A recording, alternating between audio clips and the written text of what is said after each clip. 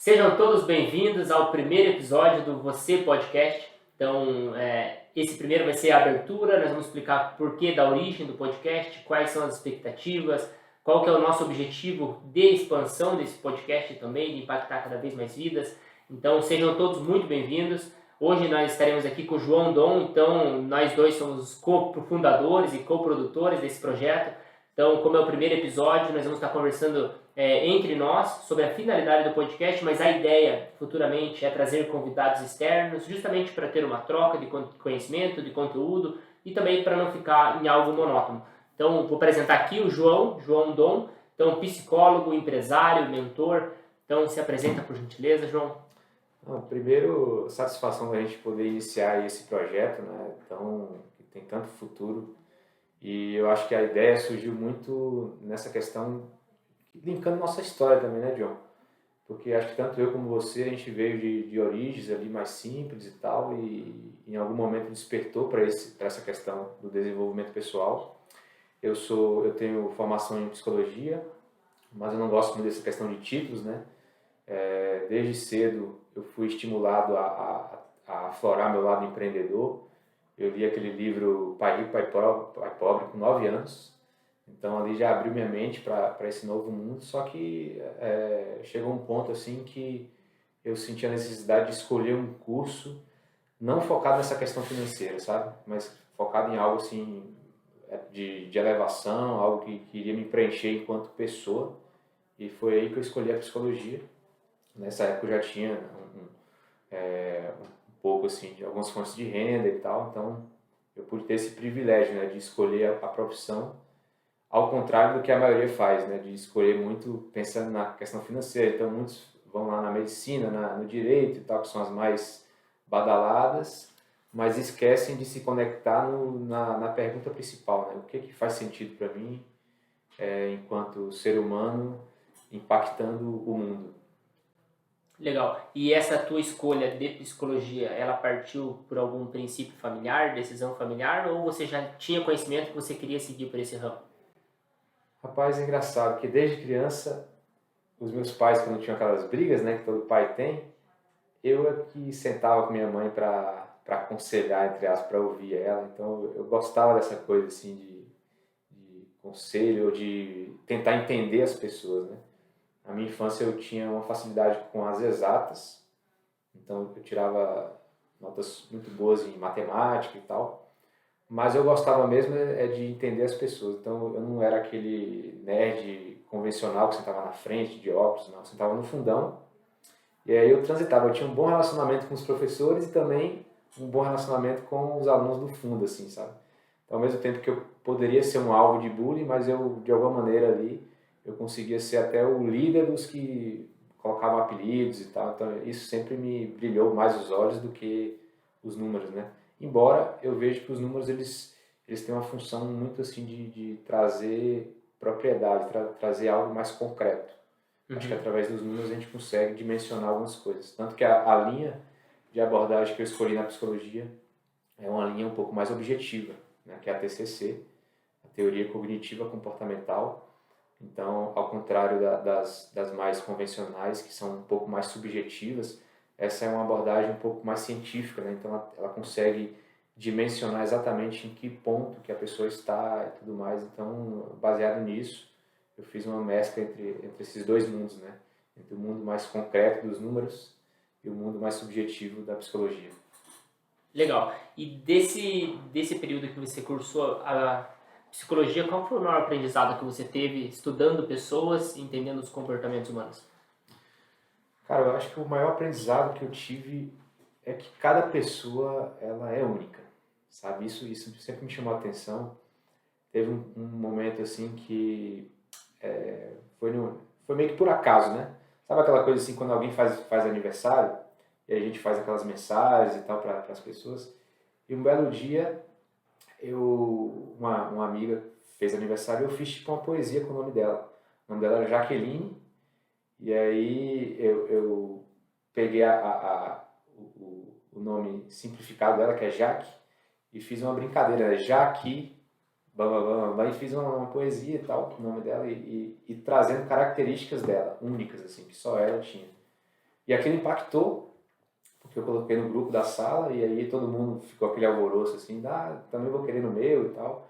Então, sem querer, eu acabei entrando numa questão aí, mas eu acabei que foi uma boa experiência porque eu pude ter um exercício de criatividade e, ao mesmo tempo, de ter esse olhar mais individual para a pessoa, né? Então, cada pessoa, cada aniversário que teve de outros colegas, eu pude ter esse olhar mais único, assim, de o que torna essa pessoa especial, e todo mundo tinha, né?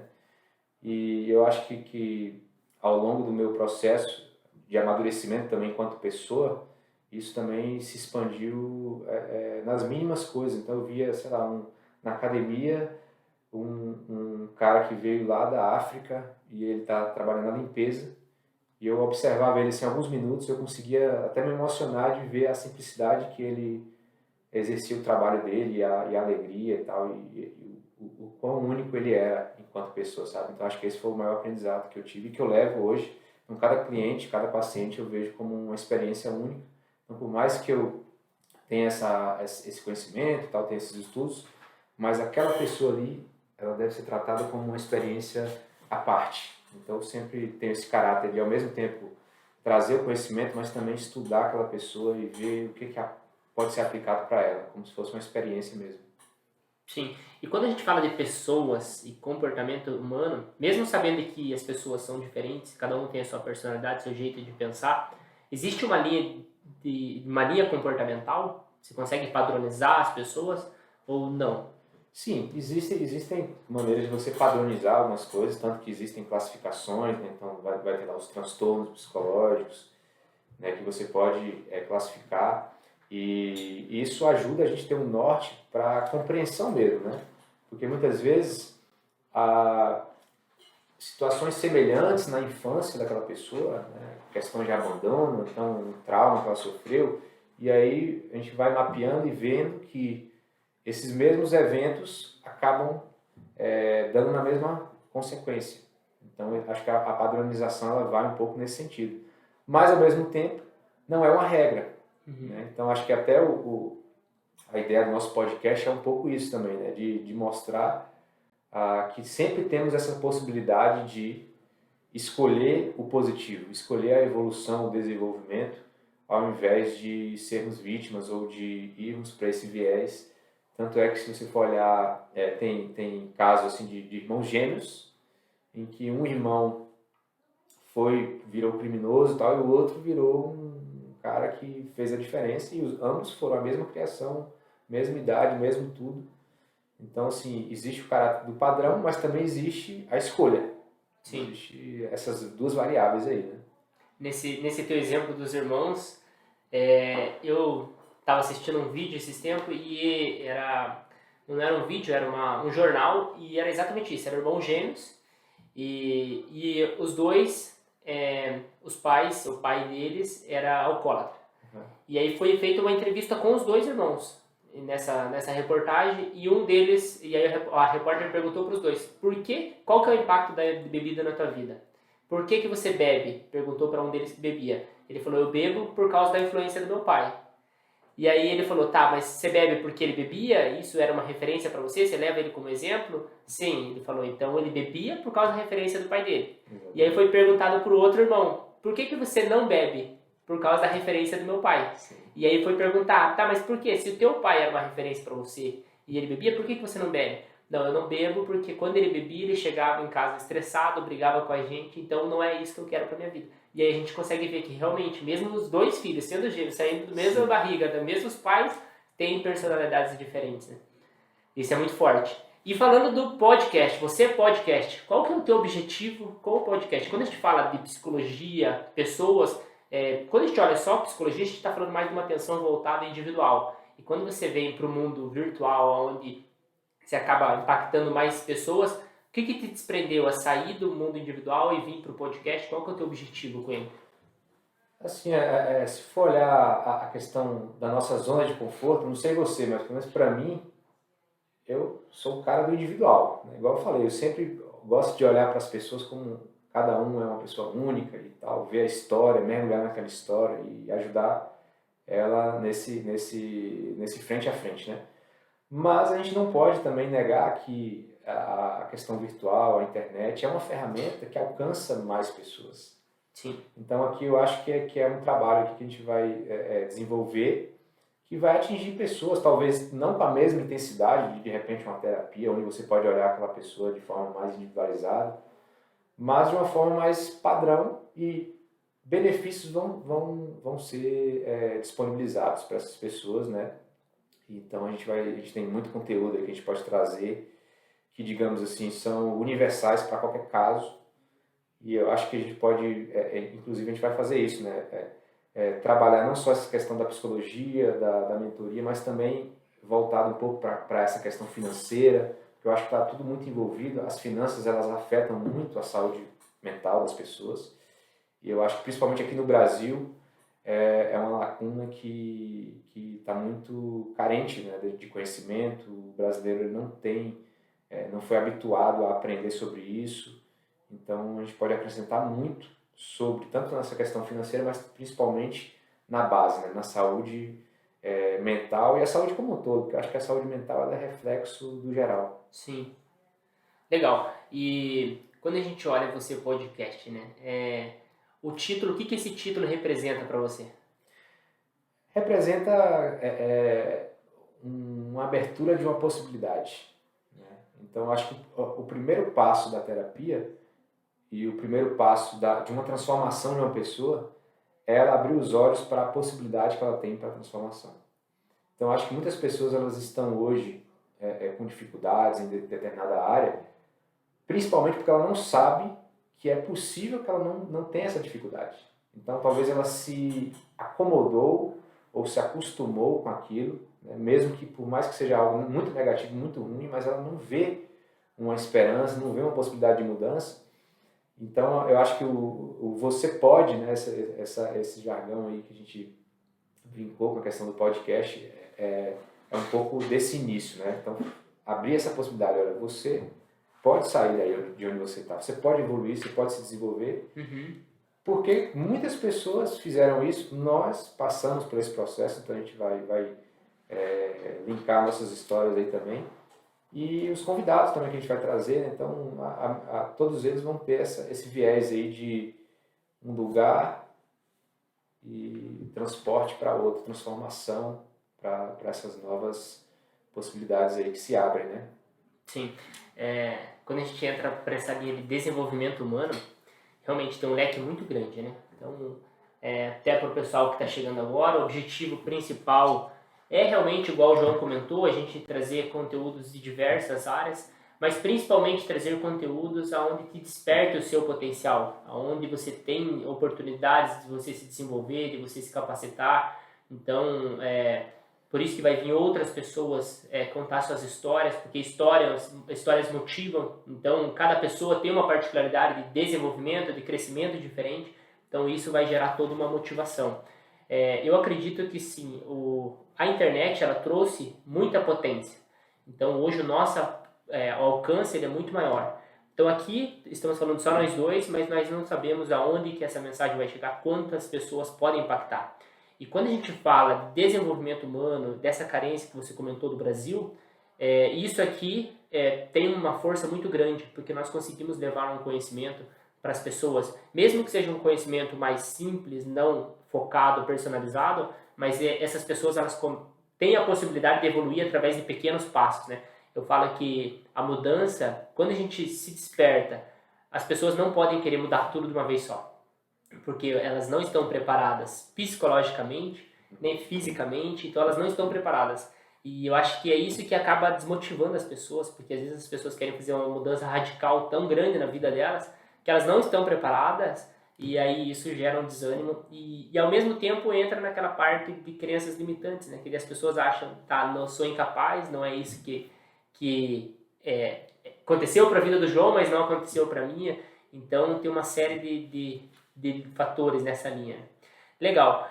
E João, quando a gente fala de podcast, o que te desperta fazer podcast? É referência de podcasts externos que você viu que te impactaram no alcance? O que te chama a atenção a fazer especificamente esse modelo de podcast? Não podia ser um canal no YouTube onde a gente pudesse falar abertamente, ou até mesmo o Instagram, que é uma rede social muito forte hoje? Uhum. Eu abri um canal no YouTube também recente, mas eu acho que o podcast ele tem algumas similaridades, né, e particularidades que o diferenciam dos outros modelos. E o que mais me chama a atenção é a dinâmica, né? Então é a possibilidade de a gente trazer pessoas diferentes, né, se conectar com essas histórias. O tempo também, o podcast ele te dá uma abertura, é como se fosse um programa mesmo de televisão, mas com adaptação para a internet, então qualquer pessoa pode ter acesso, né? E o investimento é o tempo, basicamente, que ela vai ter ali, e aí de repente a gente consegue, igual você falou, a gente não sabe a dimensão do alcance, né? Então de repente no começo a gente não vai alcançar muitas pessoas, mas o negócio pode progredir, e a cada semana, isso também é interessante, porque a gente vai falar sobre essa questão do desenvolvimento, de saúde mental, mas a cada semana o nosso podcast vai estar evoluindo também, né? Então isso também é muito legal, assim, a dinâmica e as pessoas verem, pô, o primeiro episódio, olha como é que tá agora e tal, então presenciarem também. E as nossas vidas também estão em dinâmica, né? Então, Sim. eu acho que o ponto de partida, pelo menos o meu, né? Depois você pode falar um pouquinho do seu, mas o meu ponto de partida ter atingido uma questão de felicidade, uma realização no meu trabalho, eu sou realizado no meu trabalho. A questão financeira, não atingi ainda multimilhões, essas coisas extraordinárias, mas eu já atingi uma constância e ao mesmo tempo fazer uma projeção que a cada tempo que passa, melhor financeiramente eu vou ficando, sabe? E mais eu aprendo, então eu tenho tempo livre para poder me desenvolver, mas principalmente essa questão de estar bem psicologicamente, e aí a primeira coisa que lhe ocorre quando você está bem e está feliz é começar a olhar para o outro, né? Começar, poxa, eu estou bem, então agora eu posso transbordar na vida do outro. Então aqui o podcast é essa possibilidade de transbordo, de trazer essas novas possibilidades também. Pô, se eu conseguir, você também pode mostrar o passo a passo, mostrar como que foi pra gente, né, e se conectar com essas histórias. E o podcast também tem essa possibilidade de dinamismo, né? Então a gente pode abrir uma caixinha de perguntas, né, e até fazer um podcast ao vivo em alguns momentos, de repente uma vez por mês, igual a gente estava pensando. Então vai abrir essa possibilidade de interação com o público, né? Então acho que essa gama de coisas, de possibilidades também me atrai nesse modelo do podcast. Legal. E falando então, você comentou um pouquinho da tua história, dos resultados aí que você almeja para o futuro. O nosso objetivo aqui vai ser realmente compartilhar muito conhecimento de desenvolvimento humano.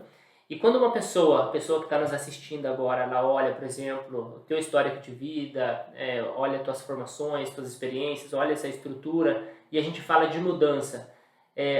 Qual que é a mensagem que você passaria para essas pessoas, falando no sentido delas não olharem o nosso estado atual?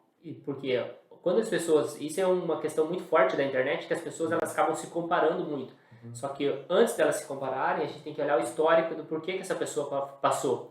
E essa questão do podcast é muito legal, porque a gente consegue ver gradativamente a evolução. Então não existe aquele cenário perfeito, toda aquela evolução, e até hoje a gente comentou, né? Eu comentei que às vezes a gente quer esperar tanta coisa, a gente tem que controlar a nossa ansiedade, mesmo estando nessa área, porque as coisas não acontecem assim num passe de mágica, tudo se transforma.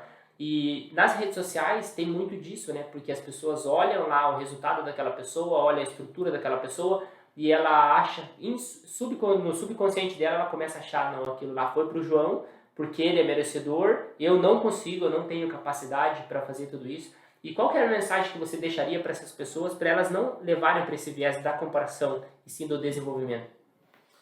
Assim, um dado que me ocorreu aqui é que o Brasil ele é o primeiro país em ansiedade do mundo, né? E aí vários fatores poderiam explicar isso, né?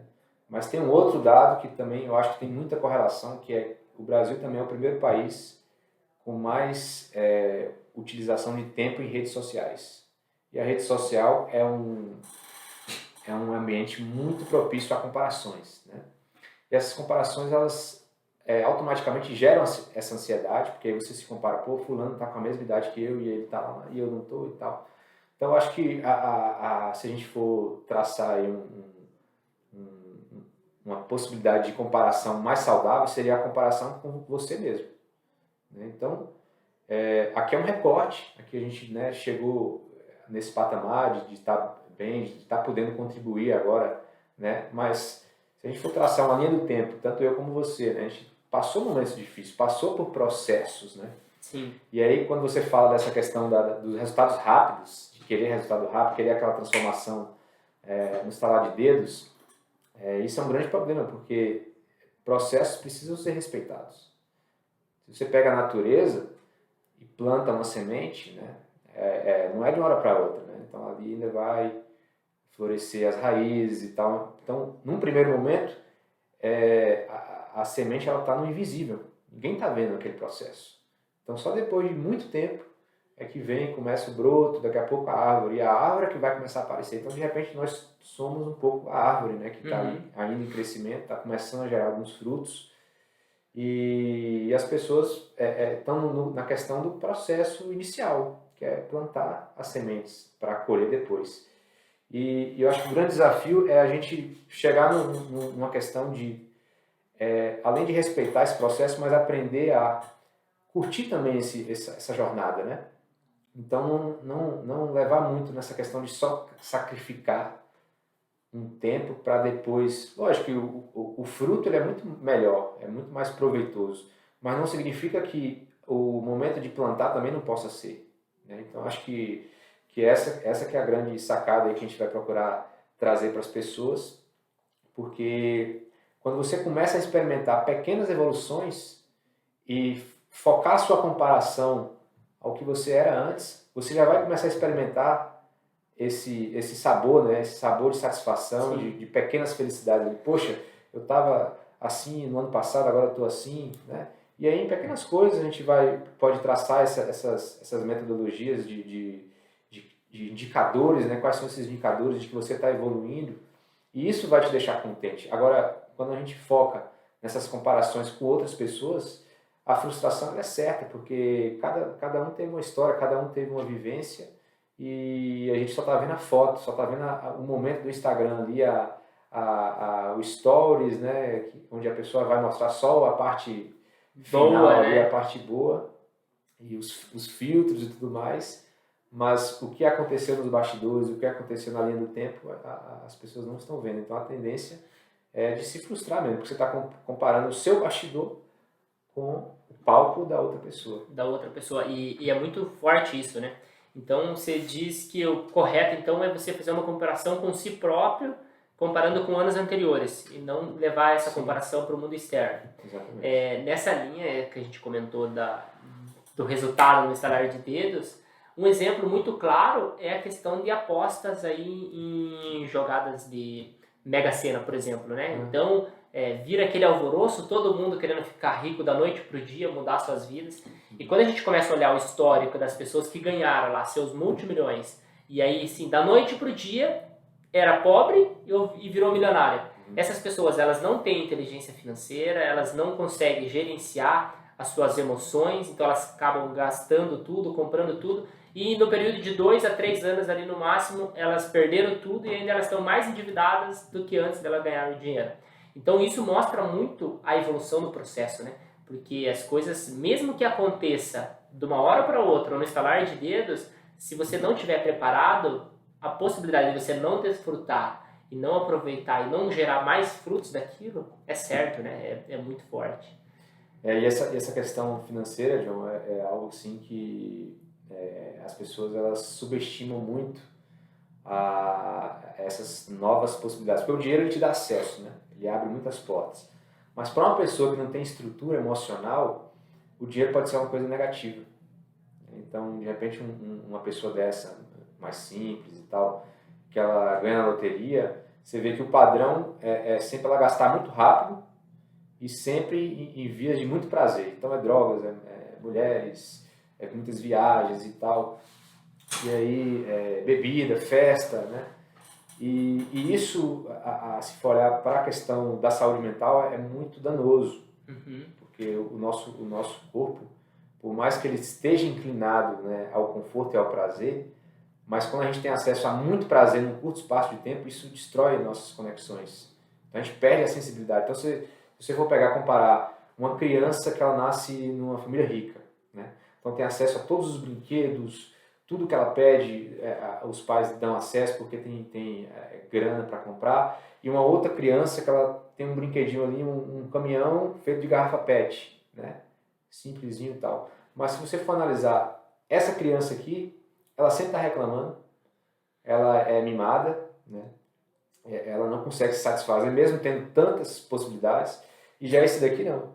Ele se diverte com aquele caminhãozinho dele e de repente ele ganha um brinquedo, pode ser um urso de pelúcia simples, ele já vai ficar muito feliz. Por quê? Porque a sensibilidade dele ao prazer está muito maior, está saudável, né? Está muito mais sensível a essas possibilidades. Já a desse aqui não, foi destruída por essa muita demanda. Então, tudo vai de acordo com o equilíbrio, né? Então, é algo que a gente tem que ter também essa estrutura, essa maturidade para lidar com o dinheiro. Porque o dinheiro é uma coisa boa, mas pode se tornar destrutivo também. Sim, e com base no teu histórico aí na psicologia, você comentou do prazer ali de imediato. Qual que é o impacto que, psicologicamente falando, qual que é o impacto que esse excesso de prazer causa nas pessoas? Então, você até falou dessa questão de apostas, né? Uma coisa que eu não mencionei é que eu já fui jogador de pôquer. Eu tinha 18 para 19 anos e eu me lembro que numa virada de ano, os meus pais estavam brigando e tal, porque uns tios meus tinham convidado a gente para passar o Réveillon na praia e por questão financeira a gente não foi, né?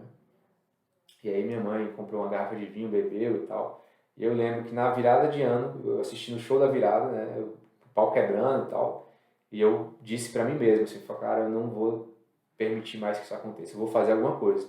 E a partir dali eu comecei a pensar de que maneira que eu poderia ganhar dinheiro, mesmo sendo tão jovem. E aí na faculdade eu fui convidado a jogar pôquer na casa de uns amigos, não conhecia o jogo, mas desde o começo eu vi que era um jogo que aparentava ser de sorte, mas que tinha muita habilidade envolvida.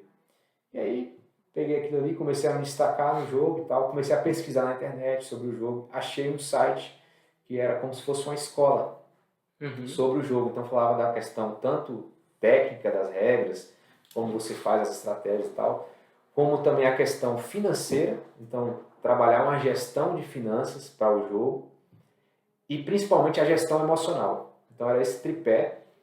E aí eu achei muito interessante, comecei a estudar aquilo e a ficar maravilhado, porque abriu essa possibilidade para mim de, numa brincadeira, num jogo ali, eu ver uma possibilidade de ganhar dinheiro no conforto da minha casa. E aí eu comecei a me destacar nesse grupinho de jovens e tal, e essa própria escola, ela fornecia a possibilidade de te dar um capital inicial para você começar.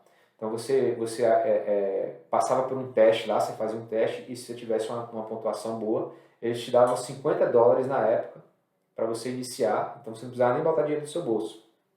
E aí eu passei no teste e tal, e lógico, existe uma razão para eles darem isso, né? Sim. Porque na verdade eles fazem uma parceria com as casas de apostas, e aí enquanto você joga lá, gera um rake, que é tipo uma comissão para a casa.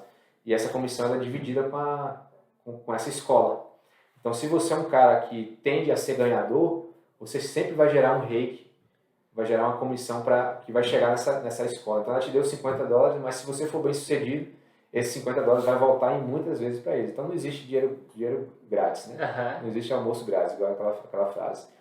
Mas essa experiência, ela me chamou a atenção assim, porque o poker e a vida também, se a gente for fazer uma analogia, muitas pessoas associam com sorte. Ah, fulano teve a sorte de nascer numa família rica, ou fulano teve a sorte de ter instrução, então outro teve azar de nascer numa família com menos acesso. E na verdade, tanto o poker como a vida, lógico que tem o fator da sorte, tem o fator do acaso, mas o que vai impactar mesmo é o seu esforço. Né? Porque eu comecei do zero, sem dinheiro nenhum, e consegui uma constância, porque cada dia que eu, entre aspas, perdia dinheiro ou não tinha um dia tão bom, ao invés de reclamar das cartas, eu tirava o dia seguinte para estudar, para ter essa melhoria, né? E aí fui aplicando e tal. E cheguei num patamar alto do jogo, né? Com 20 e poucos anos eu lembro de um ano específico em que eu ganhei $50.000 em um ano. Então o salário na época era R$ 600 e se for dividir na época o dólar era 2,50, eu estava ganhando o que seria hoje quase R$ 20.000 por mês, né? Sim. Então tudo jogando 2 horas, 3 horas por dia de média, sabe? Então assim, isso foi me abrindo um leque, mas sempre eu associei isso ao meu esforço, né? E de estar sempre estudando, estar sempre lapidando, me desenvolvendo enquanto jogador na época e colhendo os frutos do resultado. Uhum. Né? Mas lógico, chegou um ponto em que isso não fez mais sentido para mim, porque o poker, queira ou não queira, ele é um ecossistema como se fosse uma cadeia alimentar. Então os ganhadores, eles na verdade estão ganhando em cima de pessoas que jogam menos ou que são menos habilidosas. Então isso começou a perder sentido e eu senti a necessidade de digamos, abandonar isso. Mesmo que eu era ganhador, mesmo que eu tinha investido 9 anos da minha vida nisso, mas abandonar para uma função que me realizasse enquanto ser humano. Né? E lógico, eu não vou dizer para você que eu joguei fora tudo, porque eu aproveitei muita coisa. Até esses ensinamentos, né, essas analogias com a vida e o próprio arcabouço que eu criei para ser um atleta de alto nível no jogo, eu uso hoje na vida pessoal e enquanto profissional de psicologia, enquanto empresário, para conseguir os resultados que eu atingo hoje. Né? Legal. E você, então, uma pessoa que começou do nada no poker, entrou, igual você comentou, não é um jogo de azar, porque é um jogo técnico, onde você precisa ter controle ali em várias frentes. Mas também tinha os dias de perda, de loss, que é onde você tirava o dia seguinte para você se capacitar, para você treinar e evoluir. E quando a gente fala de sucesso, Dom, muitas pessoas hoje buscam uma profissão, buscam seguir alguma carreira, voltando principalmente ao retorno financeiro. E quando a gente olha para a tua história do poker, naquele momento era o objetivo retorno financeiro, e chegou um momento que você viu que aquilo não estava preenchendo na tua vida. Uhum. E o que você deixaria de conselho para as pessoas que focam hoje no retorno financeiro e não fazem o que gostam ou o que deveriam fazer? Assim, por mais que naquela época era questão financeira, mas lógico, não vou negar, existia o prazer. Sim. Porque o jogo é muito divertido. Então, assim, o prazer de você ganhar, né, a competição, então, tudo isso gera prazer. E até a pergunta que você fez anterior, né, como que eu vejo assim, essa questão do prazer e saúde mental, quanto que prejudica. E aí, lógico, eu sempre fui muito observador, então eu observava as pessoas, colegas e tal, estudava muito, então eu sempre procurei compreender a mente humana de uma forma mais profunda e aí eu percebi essa ligação forte, né? Uhum. Porque ao mesmo tempo que o nosso corpo ele sempre vai querer o prazer, mas paralelo com isso, quando a gente cede todas as vontades que o nosso corpo tem, isso é destrutivo. Então, se a gente for traçar as coisas que são saudáveis para a gente, normalmente são as que não geram tanto prazer. Então tem lá exercício físico de um lado, assistir Netflix do outro, né? Tem comer saudável ou fast food, né? Obviamente que a gente sempre vai estar inclinado a escolher o fast food, a escolher o prazer imediato, né? Mas esse caminho aqui ele vai levar a gente para porque é como se fosse você preencher um saco que está vazio, que está furado. Uhum. Sempre você vai depositando lá e ele vai abrindo mais ainda o buraco.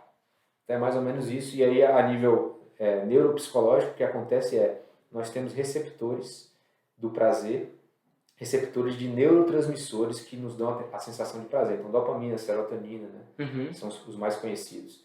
E aí, quando existe uma hiperestimulação, então seja o uso de drogas ou um fast food, né?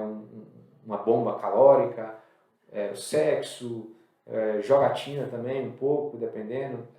Então, são fontes de prazer no curto espaço de tempo. Uhum. E aí essa descarga de neurotransmissor, o que acontece? Sobrecarrega os receptores. E aí esses receptores eles começam a, entre aspas, queimar, eles se danificam, e aí vão sobrando menos receptores desses neurotransmissores. Na prática, o que acontece? A nossa sensibilidade ao prazer vai reduzindo. Então você pega um usuário de drogas, que usou, sei lá, você vê que ele começa lá na cocaína, numa droga maconha, algo mais brando, e ele vai procurando sempre aquela sensação da primeira dose. mas ele não acha, então ele vai aumentando a dose, ele vai aumentando a cocaína. Então ele usava antes X gramas, ele vai usar 2X, e aí ele vai cada vez mais se afundando, daqui a pouco ele troca a cocaína por uma mais forte, uma heroína, um crack. E isso é um caminho que vai cada vez diminuindo a sua sensibilidade enquanto ao prazer. Então eu tive um paciente que ele tinha problema com drogas e ele me relatou que ele foi preso, né? Ele chegou ao ponto assim, de cometer crimes, de assalto e tal, foi preso. E aí, enquanto eu explicava isso para ele, ele me relatou que realmente ele ficou, acho que 2 anos na cadeia e lá você não tem acesso. Né? Sim. E quando ele saiu da cadeia, ele lembra da sensação que ele teve quando ele foi tomar um café no mercado. Né? Que ele teve uma sensação de prazer tão grande que ele não lembrava que isso era possível. Por quê? Porque do mesmo modo que isso foi destruído na mente dele, essa sensibilidade foi reduzida pelo uso contínuo da droga. No momento que ele ficou 2 anos em abstinência forçada, essa sensibilidade foi voltando, foi se regenerando. O cérebro ele tem essa capacidade, quanto mais jovem é a pessoa. Então ele voltou ali, se não 100%, ele voltou muito próximo do que ele era antes de usar drogas. Sim. E aí ele ficou tão acostumado a ter, somente através do acesso à droga, a ter o mínimo de prazer, porque a sensibilidade dele já estava destruída, ele experimentou um café, que é algo que nem gera assim tanto prazer, mas ele estava com a sensibilidade tão mais aflorada que ele experimentou isso. Né? Então, as pessoas têm que ter esse entendimento de que o saudável é a gente buscar o prazer, a gente ter prazer nas coisas, mas principalmente em equilíbrio. E aí, botando nessa perspectiva do trabalho, né, quando a gente vai só pela questão financeira, a gente vai para outro extremo, que é o quê? De não ter prazer nenhum no que a gente faz. Então também não é bom. Sim. Porque a gente sempre vai... O prazer, na verdade, ele tem uma função principal de te fazer se movimentar. Né? Então tem que ter a gratificação. Né? O estímulo, né? O estímulo. Mas essa gratificação ela tem que ser na medida correta. Porque se ela é muita, ela nos destrói, igual eu acabei de explicar. E se ela é pouca também, daí não é equilibrada com o esforço que você dá. Então você fica frustrado. Né? Então acho que o conselho que eu daria lógico que a questão financeira é importante, mas eu acho que o mais importante é você escolher algo que faça sentido para você.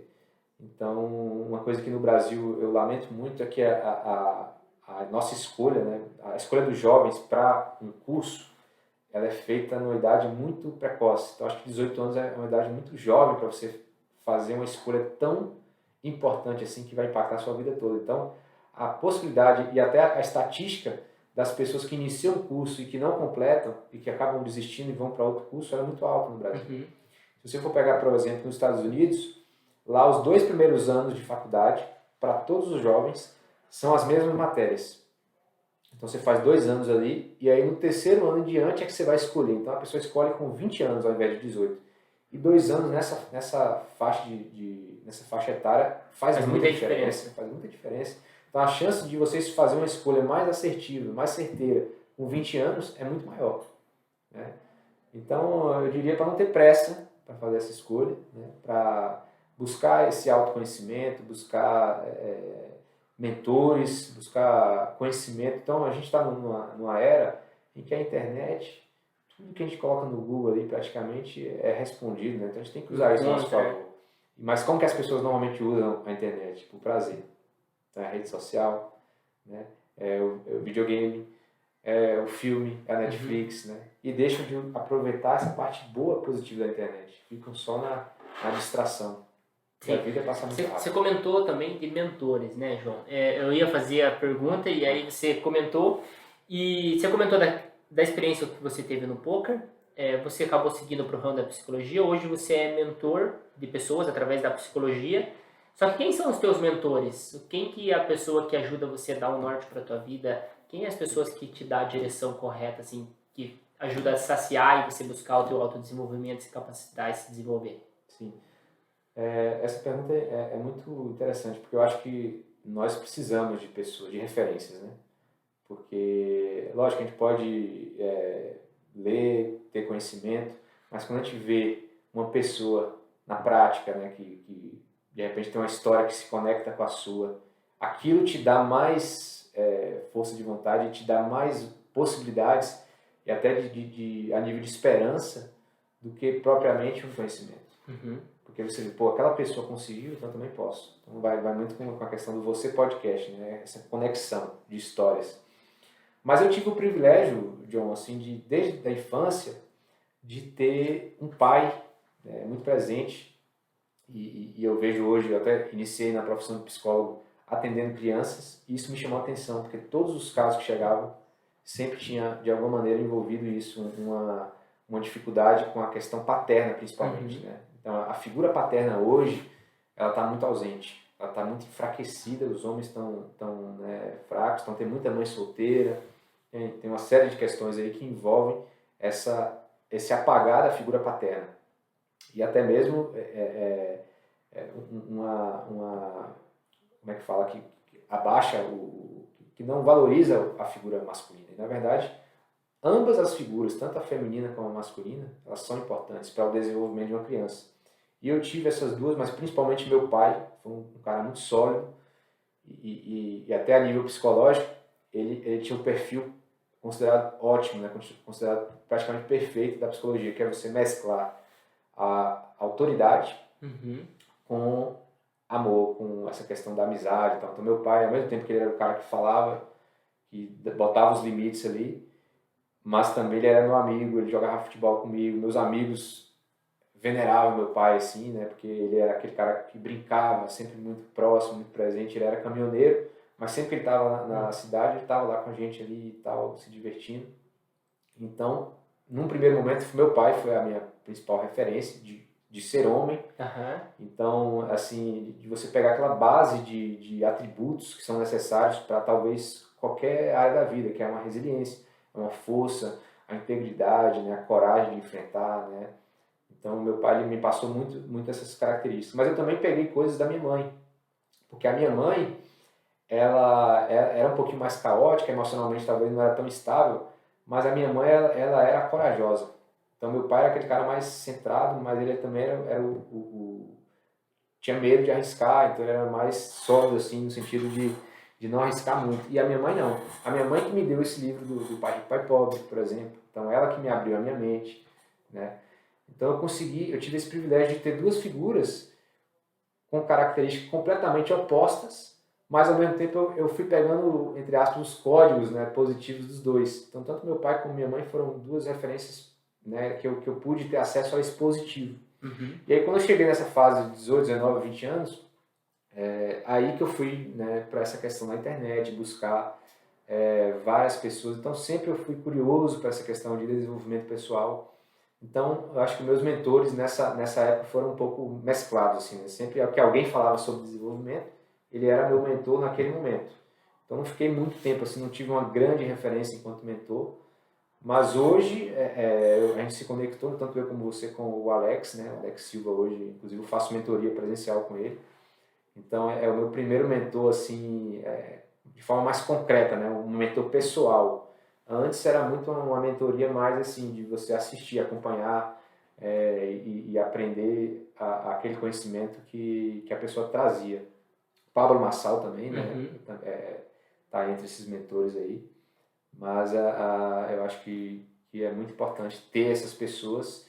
Se você não tem essa possibilidade de ter acesso a uma pessoa de forma mais pessoal, mas através de um podcast como esse, você tem condições de repente, ter esse aprendizado, né? De forma indireta, isso também é uma maneira de mentoria. Sim. E qual que é o maior benefício que você vê em ter um mentor?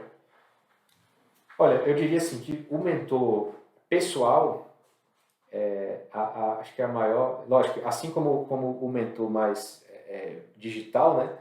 Você tem acesso a conhecimento, tem acesso a um caminho de desenvolvimento, mas o pessoal, ele tem uma vantagem de te mostrar como que está o panorama atual da sua vida e traçar, de repente, uma meta para você e de acompanhar você no sentido de ver assim, olha, passou 2 semanas, passou um mês, você evoluiu. E te mostrar esses indicadores, né? Você evoluiu nesse ponto, então nesse ponto aqui você não está se esforçando tanto, vamos dedicar um pouco mais e tal. Então, eu acho que essa vantagem de você ter diagnósticos dinâmicos, né? Então, tem um diagnóstico ali quando você começa, daqui a pouco tem uma nova visão, daqui a um tempo. Tem um acompanhamento. Tem um acompanhamento. Eu acho que essa é a grande vantagem. E a do digital não tem apesar de não ter esse benefício, mas tem a vantagem de você ter ferramentas que você não tem acesso, né? E poder aplicar isso na sua vida e ver também os resultados. Porque eu acho que qualquer ferramenta, ela tem a sua eficácia, até porque todos esses mentores, eles passam ferramentas que eles utilizaram deles próprios, né? Normalmente é assim que acontece. E para eles foi eficaz. Então existe uma grande possibilidade para você também ser. Sim, eu falo assim que às vezes algumas pessoas falam que tem dificuldade em achar um mentor. Só que o mentor, ela tem que buscar um mentor de acordo com aquilo que ela está buscando naquele momento. Isso. E quando a gente fala de mentor, o podcast, o podcast é um tipo de mentoria, você consegue extrair coisas boas ali e já aplicar na tua vida. Livros, então livros, eu acho muito legal livros, porque quando você está lendo um livro, você entra na mente do autor naquele momento, você consegue compreender o que ele estava pensando, extrair coisas boas. Então, você aplicando aquelas ferramentas vão te ajudar naquele momento. Então, os vídeos do YouTube também é um tipo de mentoria. Então, quando a gente fala, você é a média das 5 pessoas que você mais convive, né? Que é aquele ditado popular. Então, às vezes, algumas pessoas têm dificuldade de sair do seu ambiente. Mas elas não precisam sair, elas só precisam dedicar mais tempo nelas, lendo, vendo vídeos, aprendendo. E não precisa sair de dentro da casa dela e buscar outras pessoas fora. Ela consegue mudar o pensamento dela dentro do seu próprio quarto, lendo um livro, né? E para encerrar, João, falando de futuro, você comentou ali da questão da importância do papel paterno, né? Quando a gente olha para o desenvolvimento humano, tem diversos estudos que comprovam que 80% dos traumas vem da figura paterna. E quando a gente olha uma geração agora que evoluiu muito, principalmente para o lado da mulher, o empoderamento feminino e tudo mais, tem essa questão do distanciamento paterno, mas também a mãe também saiu de dentro de casa, e agora a mãe está cada vez mais trabalhando, saindo fora de casa, e a gente acaba indiretamente terceirizando esse papel também. Então o papel do pai, em alguns casos, já era falho, agora a mãe também está fora de casa. Você, como psicólogo, comentou da parte de criança e tal, como que você vê o futuro nessa linha? Olhando por esses fatores aí que você traz, eu sou um pouco pessimista, né, com essa questão do futuro, porque assim, as consequências dessas mudanças, a gente vai começar a ver mais ou menos de agora em diante, quando essas crianças começarem a crescer e tal, mas é evidente, né, não precisa nem estudar muito para saber que vai existir uma consequência negativa, então os traumas vão ser maiores, é uma geração, a cada tempo que passa, são gerações cada vez mais frágeis emocionalmente, então o índice de suicídio, o índice de ansiedade, a depressão, até 2030, ela tem o prognóstico aí de que vai ser a doença de maior prevalência no mundo. A doença que mais vai matar no mundo inteiro até 2030 vai ser a depressão. E é muito por esses motivos, né? Então a gente fala assim, mas o mundo está mais difícil. Não, o mundo sempre teve dificuldades. Então se você for olhar no passado, né, teve guerras, Primeira Guerra, Segunda Guerra, teve quebra da bolsa, teve doenças. Então, assim, em todo momento, se você for olhar da história, teve dificuldades. E hoje nós temos, paradoxalmente, talvez a época da história com mais facilidades do mundo, de toda a história. Até eu vi uma comparação que eu achei muito interessante, que falava assim, que a vida de uma pessoa comum hoje, ela tem mais conforto do que a de imperadores de épocas passadas, né? Para você ter uma noção assim, de comparação. Então não é a questão da dificuldade no mundo, mas é a questão de como que está sendo criada essa geração. Então tanto a figura paterna faz falta e a figura materna também.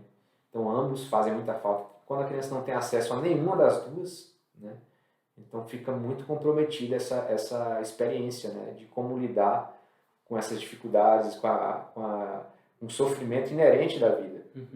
Então essa experiência ela acaba sendo mais dificultada, o que faz com que o nosso trabalho, né, enquanto profissionais da área de desenvolvimento humano, ele seja cada vez mais requisitado, né? Então a gente vai ter muito trabalho aí pela frente, temos que acelerar aí nosso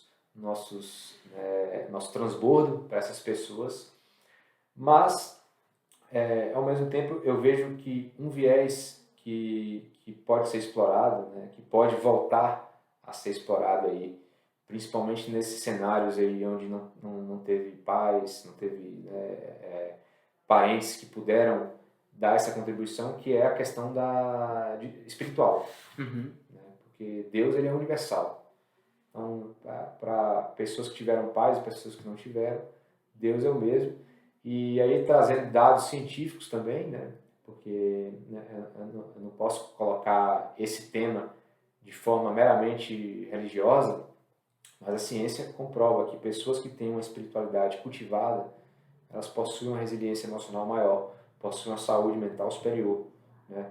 Então, é um ponto que pode ser explorado por qualquer pessoa. Uhum. Né? Então, talvez você não teve o pai, talvez você não teve a sua mãe, mas você pode buscar numa comunidade, numa religião XYZ, daí cada um vai fazer o seu caminho, né?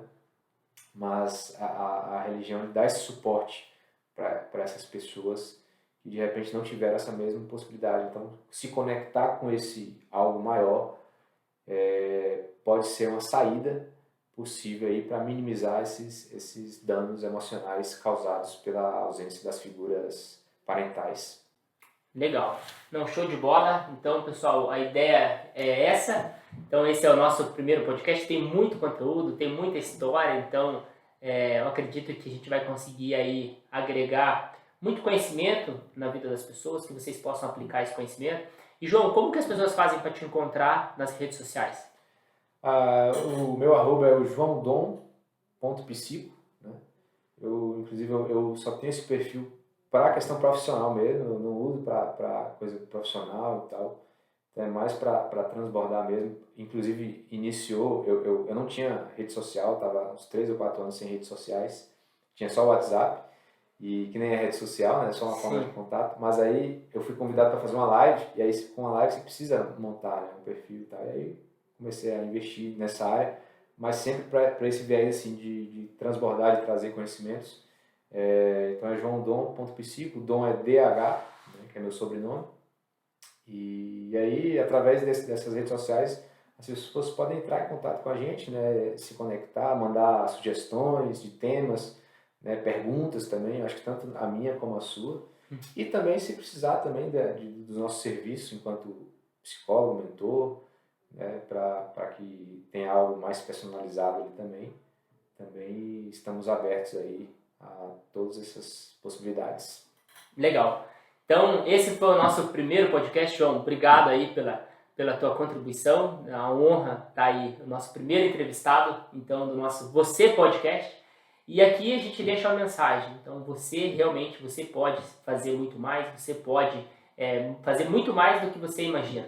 E esse é o nosso papel, ajudar você a plantar uma sementinha aí e despertar o teu maior potencial. Abraço! Isso aí, deu. Show, velho. Bom demais. Deu boa, não? Deu boa demais. Nem sei quanto tempo.